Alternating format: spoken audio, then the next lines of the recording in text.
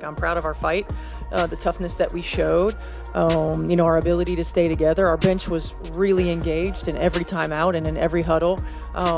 We were all engaged. 1 point short of breaking 6 records. That was the heartbreaking truth Caitlin Clark had to deal with following her game against the Atlanta Dream. The scoreboard displayed a 91-90 loss, but the record books were being entirely redone.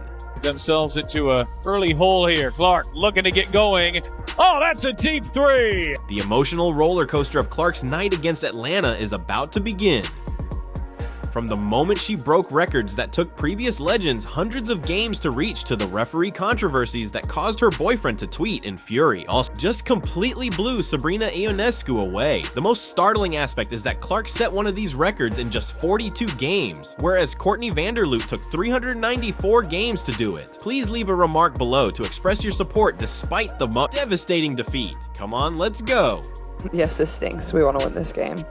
But, I think this is great for her team. A little adversity. How are we going to respond? How are we going to come in here tomorrow morning and watch the film and learn and get on the court and get better? And like I said, that's why this league is so great. You have a couple days and then you get right back to it. You find a way to respond. We have a chance to go there and play them, actually, so it's even better. I guess we can get a little redemption if we go down there and play well. Imagine if I told you that even one of the best individual performances in WNBA history wasn't sufficient to win. That was precisely what transpired during the Fever's thrilling matchup with the Atlanta Dream, which concluded in a heartbreaking 91-90 loss. The only thing separating Clark from adding a team win to her historic evening was 1 point. Honestly, I give my team a lot of credit, my teammates a lot of credit. We never gave up. We fought. We were right there. We found a way to get back in it. When things didn't seem very good for this group, at least we stayed together and we kept fighting, and that's a positive. The story of what might have been is told by those last minutes. With only 9.7 seconds remaining and 1 second remaining, Clark rushed the ball to Natasha Howard. Aaliyah Boston was the intended recipient of the play, but Dream defenders eliminated that possibility. Howard had a clear view, but Nia Coffey blocked her shot. For a second chance, Howard collected her own rebound, but the ball simply refused to fall. They shot 32 free throws. It's a lot of free throws. Going to be difficult to win a lot of games when we foul people that much and put them at the line that much. It's tough. They made 25 out of 32. We still went to the line 26 times, missed 10. So that's the game really right there. It obviously doesn't come down to that, but it's just a little thing. The Fever's quiet killer turned out to be free throws. In a game that was decided by a single point, they shot a dismal 16 for 26 from the line, missing 10 important free throws. Howard went 0 for 4 from the line in the fourth quarter alone, and Boston also missed a crucial free throw in the closing seconds. In a 1-point match, their misses are really noticeable. Despite often overcoming double-digit deficits, the Fever shone amazing heart. Although their tenacity was evident, the defense was unable to maintain consistency for 4 quarters. The Fever held the Dream to just 13 and 15 points in the second and fourth quarters, while the Dream scored 31 points in the first and 32 points in the third. That discrepancy turned out to be expensive. Coach Stephanie White wasn't holding back while discussing the defensive issues. I didn't think we were disruptive at all. I felt like we let them move the ball wherever they wanted to. We had a lot of breakdowns in our coverages. We weren't really helping one another out. We played like 5 individuals defensively at times instead of collectively as a unit. And good teams take advantage of that. Atlanta was really good at getting downhill. They knocked down some tough shots, but when you dig yourself a hole, it makes it really difficult to use all your energy to come back. Inside, Brittany Griner and Banna Jones combined for a commanding 40 points and 21 rebounds, and the Fever had no answer. To seal the deal for Atlanta, Ryan Howard scored 20 points, including 4 three-pointers. You can see how this budding Fever team's chemistry is still developing. During pivotal times, defensive rotations faltered. The players appeared uncertain about their help tasks. We'll speak about the records later, but this loss hurts even more because of something that was totally beyond the players' control. The split-second judgments that come with team knowledge simply weren't there yet. Everyone was furious at the officiating, including Clark's own boyfriend and the supporters. Defensively for the Fever's last possession of the game. We just put a lineup up there that we thought could match up. We were gonna if we needed to, we'd switch. If we got hung up on anything, we try to keep it out of some people's hands. And we were just hoping to take a tough shot. And they probably got a shot that they felt good about, but we played really good defense on the shot. We, didn't foul and made it tough. Imagine giving it your all and smashing records one after another, only to miss important calls that would have altered the outcome of the game. That's precisely what transpired in this heartbreaking matchup with Atlanta, and Clark's face was etched with frustration. Let that sink in. Coach Stephanie White had to burn both of her challenges in the first half alone due to the dubious officiating. Before halftime, both challenges were over on what White referred to as point blank missed calls. A straightforward out of bounds play that should have been a simple call for the referees resulted in the wasting of one challenge.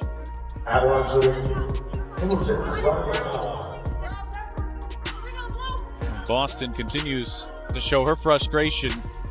That really started As the game continued, Clark was unable to conceal her irritation. The whistle remained quiet, even though every drive to the basket appeared to include contact. After several unsuccessful calls, her arms shot up in shock, her annoyance growing. With every chance lost, she was attempting to remain composed while speaking with the referees, but it was obvious that their chats were going nowhere. How disruptive were that first half, the choppy waters, the stoppages like Caitlin was talking about, and you guys never really were able to get in the pace like you've been talking about? Yeah, I mean, it's tough. It's every coach's frustration when you have to use challenges on out-of-bounds plays. I mean, it is what it is. But for teams to win 3 challenges in the first half, I don't know that I've ever seen that either. After Connor McCaffrey Clark's boyfriend posted a tweet on social media that went viral right away, the dispute spread outside of the court. The WFS are in mid-season form, which is encouraging. Within hours, thousands of people retweeted the post as critics and followers banded together to voice their disapproval. Video evidence supported these grievances. Clark was seen absorbing contact on drives without a whistle in several possessions. She was bumped while making a three-pointer in one particularly noticeable sequence, but officials ignored their whistles even though there was definite contact on the follow-through. piece of the ball, and Clark says part of her arm as well. Jump ball is she's just so impressive because it's felt like a relatively quieter Kate. Not all of these missed calls resulted in free throws. They halted Indiana's whole offensive momentum. The Fever were unable to establish any steady rhythm as the game became jerky and disconnected. After the game, Clark addressed this openly, pointing out that the squad had a hard time getting into rhythm with so many dubious decisions. The officiating was on full display tonight. It was terrible. One analyst said, another merely called the referees laughable, and not in a good way. The WNBA's response to these issues is now in doubt as Clark keeps drawing previously unheard of attention to the league. With this many contentious calls, a 1-point loss merits examination. However, despite all of this disappointment, there was a fantastic upside, an unforgettable performance that changed the record books in unexpected ways. The first half seemed pretty choppy with, the amount of fouls, the challenges. Just how did that affect you as a point guard and just the team's pace as a whole? Yeah, I mean, to me, challenges cannot take that long. It ruins the flow of the game. I get it. It's early in the year. The refs want to make the right call. We can't sit there for 2.5, 3 minutes and on an obvious hit out of bounds off of them and still not know the call. I get it. There's things to look at. There's the clock. There's where is the ball going to be taken out. But that's not the only reason the flow of the game was ruined. But we're just standing there. We're waiting and we're waiting and we're waiting. And then obviously, like I said, a lot of free throws shot between both teams tonight. That makes the game more choppy when there's a lot of fouls. The record books were being entirely redone in front of us as the scoreboard displayed loss. Not only did Caitlin Clark break one record in one night, but she also broke 6 others and added 2 more accomplishments to her portfolio. This was more than simply a fun game. She is in a class by herself because of this remarkable performance. When Coach White is put in a position to have to use both her challenges in the first half on calls that were pretty point blank, and then we're left with none there in the second half, which, you can pick and choose. Maybe you save them, maybe you don't, but still, every single possession matters. But like I said, it doesn't come down to that. No matter what, if it's a choppy game, we got to find a way to find our flow a little bit better, especially to start the game and start the second half, for sure. Let's begin with an idea that will astound you. With 10 of these efforts, Clark ties Courtney Vanderlept for the most 20-point, 10-assist games in WNBA history. The difference was that Clark set a league record in just 42 games. 394 games were required for Van der Loot to accomplish that same milestone. It's not a typo. Clark's 394 games against 42 in a single season is equivalent to other legends' whole careers. Second chance opportunity. Clark fire away and knocks down a three. That is just that signature Caitlin Clark shot. She will launch. Oh, yes! In just 42 games, she became the WNBA's fastest player to reach 350 career assists. Tisha Penrose, the previous record holder, needed 47 games in 1999 before Clark smashed his rookie assist mark last season. The fact that it took legends like Sue Bird and Teresa Weatherspoon 56 games each to reach that milestone makes it even more amazing. Recall that Clark now holds the record for 6 games with 25 points or more and 10 assists, surpassing Sabrina Ionescu's 5-game mark. It took Ionescu 5 years in the WNBA to establish herself. In the second year, Clark passed her. This is something that has never occurred in the W's history. Clark made history by being the first player to start a season with consecutive performances of 20 points or more and 10 assists or more. The majority of players hope to play one of these games during a season. Clark began her second year with 2 consecutive There's that drag screen.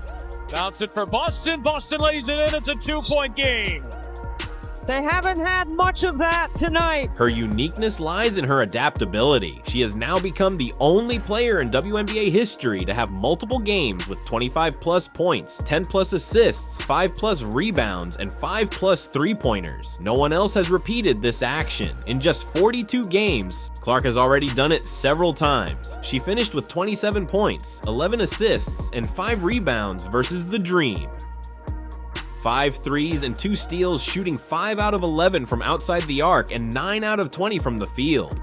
Another typical day at work. She hasn't stopped smashing records either. As she rises up the WNBA's all-time rankings, she has also accomplished 2 milestones. The fact that Clark is currently the 4th fastest player to reach 800 career points demonstrates how rapidly she is accumulating points in all categories. She also tied Chelsea Gray for the 10th highest number of doubles by a guard in WNBA history. Once more, it needed other stars to win a small percentage of the games. Times during the game, situational defense will be better because they have all those things. I think that's a combination of why they're going to have a much better defensive effort. There's Clark with a beautiful find inside to Aaliyah Boston. These accomplishments are particularly noteworthy because of Clark's ability to blend exceptional passing with versatile scoring. She is more than just a passer or a shooter. She excels at both at the same time. What sets her apart from other rising stars is her consistency. Back-to-back, the season's opening 20.10 assist games demonstrate that this wasn't a one-aim wonder.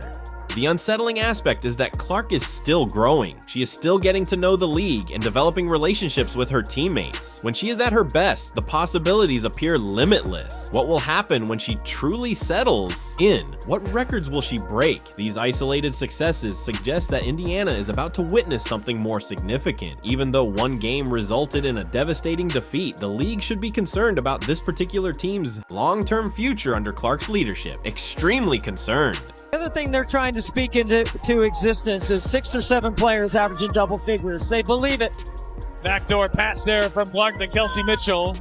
The last season and into this year. Such a great backdoor. It is impossible to overlook what is happening in Indiana, even after the heartache of a 1-point defeat. A dynasty in the making, this heartbreaking loss to Atlanta truly demonstrated the Fever team's potential. Imagine what your squad will do when everything clicks and they smash several records in a loss. The disparity is remarkable. Clark's momentous evening, combined with problems that are entirely resolvable, defensive rotations, and free throws execution of the game late this season are not issues with talent. These are chemical issues that get better over time. Second chance opportunity. Clark fire away and knocks down a three.